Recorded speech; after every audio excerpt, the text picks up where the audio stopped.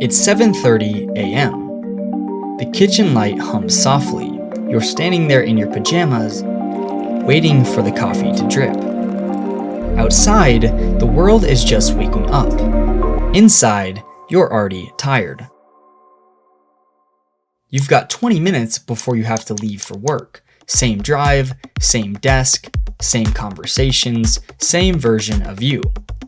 You take a sip and stare out the window.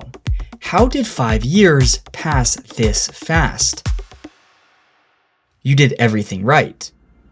You studied hard, you chose the smart degree, you avoided the risky ideas. You picked stability over uncertainty. You followed the blueprint.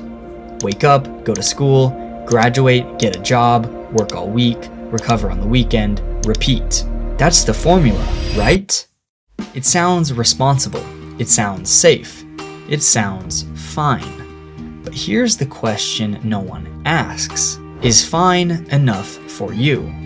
Because for some people, that life works, and there's nothing wrong with that. But for others, the ones watching this video, there's this quiet voice in the background. The one that says, there has to be more than this. That voice is uncomfortable. It shows up when everything is quiet, like at 7:30 a.m. waiting for coffee, and most people silence it. Why? Because of something called the comfort zone. It sounds harmless. Comfort, safety, predictability. But the comfort zone has one mission. Keep you where you are. It doesn't care about your dreams. It doesn't care about your potential. It cares about survival. And survival is conservative. Every time you choose familiar over the challenging, the comfort zone gets stronger. Skip the gym once, it's easier to skip it again. Don't apply for that opportunity, next time it feels even scarier. Don't speak up, and soon you forget you ever had something to say. The more you stay inside of it, the smaller your world becomes. But here's what most people misunderstand. Growth doesn't happen inside comfort. It happens in tension, in uncertainty, in moments where your brain says, this feels risky.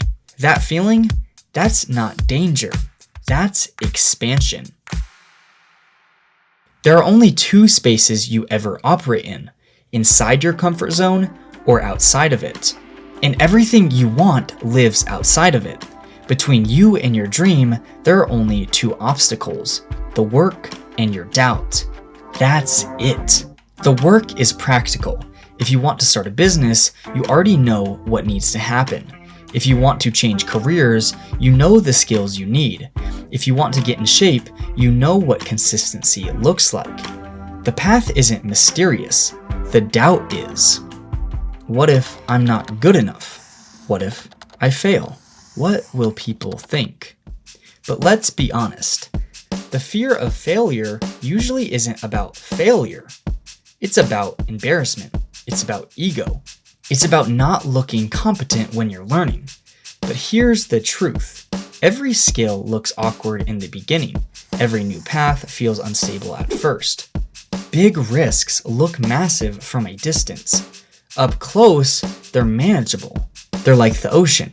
Wide and intimidating from the shore, but once you step in it, you realize you can swim. And even if you stumble, you're still further than you were before. You don't fail by trying and struggling. You fail by never stepping forward. Not taking the risks feels safe today, but it compounds into regret. Fast forward a few years. It's 7:30 a.m. again. You're making coffee. Would you rather think, I am so glad I tried? Or, I wonder what would have happened if I did?